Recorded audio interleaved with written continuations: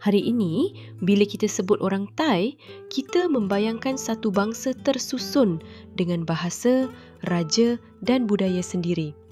Tapi, siapa sebenarnya etnik Thai? Dari mana asalnya bangsa ini datang sebelum menubuhkan kerajaan Sukhothai dan Ayutthaya?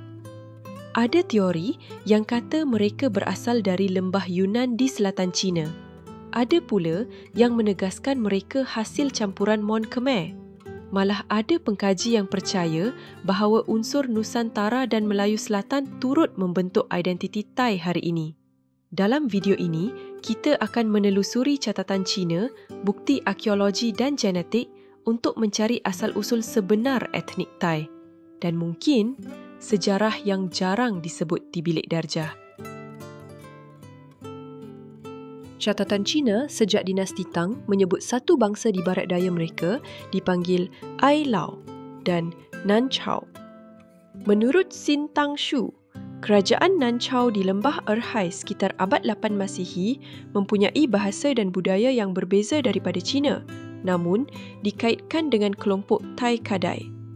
Ahli linguistik seperti Li Fang Kuei 1977 menunjukkan bahawa bahasa Thai moden ialah sebahagian daripada keluarga Thai Kadai yang berakar dari kawasan Yunnan Guizhou. Ini disokong oleh penyelidikan arkeogenetik Kutanan et al. 2018 yang mendapati DNA populasi Thai hari ini paling dekat dengan puak Thai Kadai Lue dan Zhuang dari selatan China. Teori ini menyatakan bahawa antara abad 8 hingga 13 Masihi, kelompok Thai mula berhijrah ke selatan mengikut lembah sungai Mekong dan Salween, melarikan diri dari tekanan dinasti Tang dan Song. Dari situlah benih bangsa Thai mula tumbuh di tanah yang kini dipanggil Siam. Sebelum bangsa Thai tiba, semenanjung Indochina telah lama dikuasai oleh tamadun Mon dan Khmer. Kerajaan Dvaravati abad 6 hingga 11 Masihi dan Lopburi yang berpusat di lembah Chao Phraya memperkenalkan Buddha Theravada dan sistem tulisan Pali Sanskrit. Apabila puak Thai mula menubuhkan kerajaan Sukhothai sekitar 1238 Masihi, mereka mewarisi sebahagian besar kebudayaan Mon, agama, kesenian, malah bentuk aksara. Raja Ram Khamhaeng mencipta abjad Thai berdasarkan tulisan Mon Khmer dari Hari Puncai Alampun. Sejarawan Baker dan Pong Pai Chit 2014 menyebut bahawa walaupun etnik Thai membawa identiti linguistik baharu, secara budaya mereka lahir dari rahim Mon dan Khmer. Justeru, sejarah Thai bukan sekadar perpindahan etnik, tetapi juga proses asimilasi panjang. Kajian arkeologi menunjukkan perdagangan antara Langkasuka, Patani dan Ligor Nakhon Sitamarat dengan pelaut Melayu sudah berlaku sejak abad ke-4 Masihi. Catatan Cina dalam Liangshu menyebut kerajaan Langya Siu yang diyakini merujuk kepada Langkasuka, satu pusat Melayu kuno di selatan Thai hari ini. Apabila kerajaan-kerajaan Thai awal menguasai wilayah selatan, mereka mewarisi unsur Melayu yang ketara dalam bahasa, muzik dan pakaian. Kajian oleh Panwell 2006 mendapati lebih 300 perkataan Melayu diserap ke dalam dialek Thai Selatan. Di Patani, identiti ini masih jelas. Bahkan, teks hikayat Patani menceritakan perhubungan dua hala antara Raja Patani dan Istana Ayutthaya. Sejarawan tempatan seperti Nik Anwar Nik Mahmud menegaskan bahawa persempadanan moden tidak pernah memadamkan akar budaya serumpun antara Patani dan Melayu. Sukhothai ditubuhkan oleh Pokun Siin Ratit pada 1238 Masihi, sering dianggap kerajaan Thai pertama. Namun, catatan batu bersurat Ram Khamhaeng memperlihatkan betapa kuatnya pengaruh Mon Khmer dalam pentadbiran dan agama.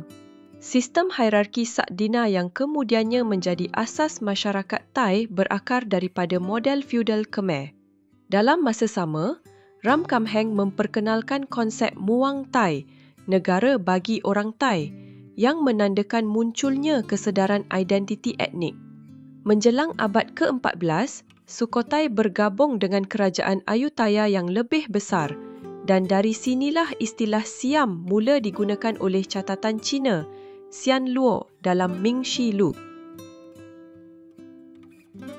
Kerajaan Ayutthaya 1351 hingga 1767 menyatukan pelbagai etnik, Lao, Khmer, Mon, Melayu dan Thai. Kronik Belanda abad ke-17 menyebut bahawa di ibu kota Ayutthaya, lebih daripada 40 bahasa digunakan. Selepas Ayutthaya musnah, dinasti Chakri di Bangkok membina semula negara di bawah Raja Rama I. Tetapi, identiti Thai moden hanya benar-benar dibentuk pada zaman Rama VI, Vajiravuth, sekitar 1911 Masihi. Beliau menukarkan nama rasmi negara daripada Siam kepada Thailand, tanah orang Thai, dan memperkukuh ideologi Nation Religion King.